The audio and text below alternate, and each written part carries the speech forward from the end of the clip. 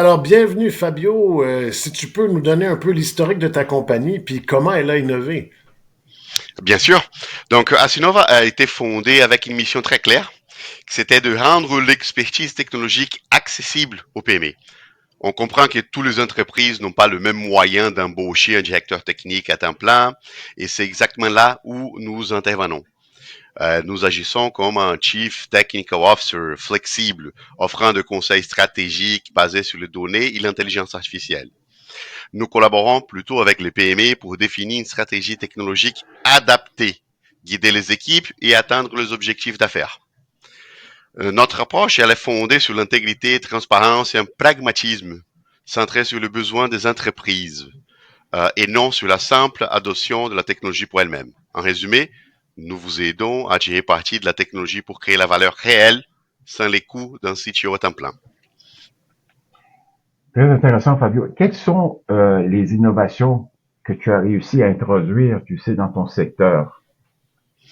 OK? Bon, face à l'explosion, Marc, de l'intelligence artificielle et de données, nous avons identifié un défi majeur pour les PME.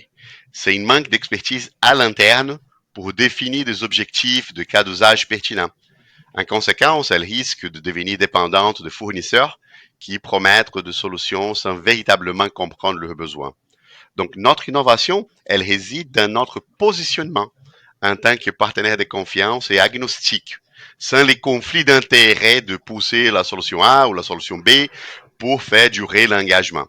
Donc, nous offrons aux PME un accompagnement personnalisé en guidant l'adoption de IA, de l'intelligence artificielle, et des données pour atteindre les objectifs d'affaires.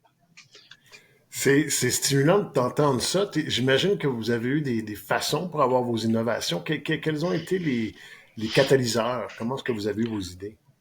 Carl, notre innovation, elle est née plutôt d'une observation directe de besoins de marché. Donc, en discutant avec de nombreuses PME, nous avons constaté un désir fort d'investir en technologie, données, intelligence artificielle, mais avec une manque criante d'expertise à l'interne pour concrétiser ces genres d'ambitions. Bien que les sociétés de conseil puissent apporter de l'aide aux PME, les PME se sentaient souvent démunies face à une manque de stratégie claire et un suivi un peu plus rigoureux. Mhm. Elle craignait de ne pas pouvoir garantir que les solutions proposées soient vraiment alignées avec leurs objectifs. C'est ces constats qui nous a poussés à innover. Donc, nous avons créé cette approche où nous agissons comme ces ressources internes, offrant aux PME l'expertise nécessaire pour définir leur stratégie, encadrer le prestataire externe et garantir que les projets technologiques servent réellement aux intérêts. Tous ceux qui nous écoutent, tu sais, savent que l'innovation est comme un catalyseur de croissance pour les entreprises. Dans ton cas, toi, comment l'innovation a su euh, faire croître ton entreprise? C'est une belle question, Marc. Bon, écoute, l'innovation, elle est le moteur de notre stratégie de croissance. Elle se manifeste à deux niveaux. D'abord, en intégrant les meilleures pratiques et les technologies les plus adaptées dans nos services. Tous nos services afin d'offrir à nos clients des solutions modernes et de pointe. Ensuite, nous allons au-delà de la simple application de la technologie. Notre objectif est de cultiver une véritable culture d'innovation au sein des entreprises que nous accompagnons, au sein de nos clients. Nous les aidons à développer une mentalité proactive, à encourager la créativité, à adopter une approche agile face aux défis futurs. Cette approche double nous permet de rester à l'avant-garde, d'anticiper les évolutions du marché et de garantir à nos clients un avantage concurrentiel durable. En cultivant l'innovation chez nos clients, nous leur permettons de s'adapter et de prospérer dans un environnement en constante évolution, ce qui est essentiel pour notre propre croissance. Donc, au niveau de l'avenir de la société, tu vois des opportunités? Est-ce qu'il y a des chemins que tu dis on va se lancer là-dedans? Ben oui, ben écoute, l'intelligence artificielle représente une opportunité majeure, comme tout le monde le sait, portée par les avancées technologiques, les subventions, le potentiel d'automatisation, etc. Cependant, nous percevons une opportunité encore plus cruciale, celle de repenser les stratégies de l'entreprise à l'ère de l'intelligence artificielle. Il y a trop d'entreprises qui se focalisent sur l'adoption de l'intelligence artificielle sans construire les fondations nécessaires, la culture, les stratégies, gouvernance, qualité, etc. Notre vision est d'accompagner les entreprises dans cette transformation globale, en intégrant l'intelligence artificielle d'une manière stratégique et en s'assurant qu'elles servent réellement leurs objectifs. Donc, la véritable opportunité réside plutôt dans la capacité de repenser les modèles d'affaires, à intégrer l'intelligence artificielle d'une manière réfléchie et créer une synergie entre technologie et stratégie. Intéressant, Fabio, merci.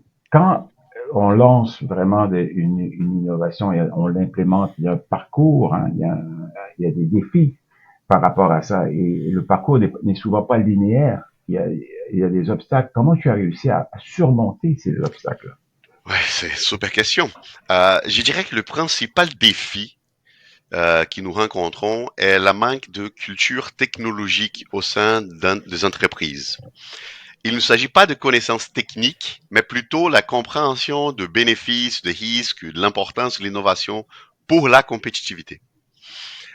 Beaucoup d'entreprises sont trop focusées sur l'opérationnel, ignorant la réflexion un peu plus stratégique sur la technologie. Cela conduit à des implémentations technologiques précipitées, sans objectif clair ni préparation au changement. Ce qui explique en partie les taux élevés d'échecs de projets technologiques, souvent dus à des facteurs culturels plutôt que techniques. Donc, pour surmonter ces défis, nous avons adopté une approche personnalisée pour chaque client, pour chaque projet, en alliant les technologies sur les objectifs commerciaux. Nous considérons la technologie comme un outil au service de la stratégie et non comme un fin en soi. C'est vraiment intéressant ce que tu dis. Écoute, si tu avais à faire un speech d'ascenseur, là, elevator speech, pour vraiment bien résumer là, et faire une conclusion, ça serait quoi? Bah écoute, nous comprenons que l'innovation, elle prospère dans un environnement où les employés se sentent en sécurité pour exprimer les idées, la pression, où la pression excessive pour des résultats immédiats, elle est absente. Euh, Chez nous, on célèbre le succès. On valorise également l'apprentissage tiré des échecs qui sont essentiels à la croissance et l'innovation. Je dirais que la plupart des compagnies, ils sont toujours en train d'implémenter la technologie pour la technologie en soi, les new shiny objects, the new shiny toy, les jouets les plus intéressants. C'est pas du tout l'objectif de la technologie de l'intelligence artificielle. L'intelligence artificielle, elle est là pour nous aider à prospérer, à améliorer nos processus et elle doit être un outil pour un fin. Donc, l'implémentation de ces technologies doit être plutôt réfléchi, stratégique, no strings attached, sans aucun attachement à un fournisseur spécifique. Des paroles sages qui concluent super bien notre entrevue. Merci beaucoup, Fabio. Ça me fait plaisir, Karl Marx. Merci.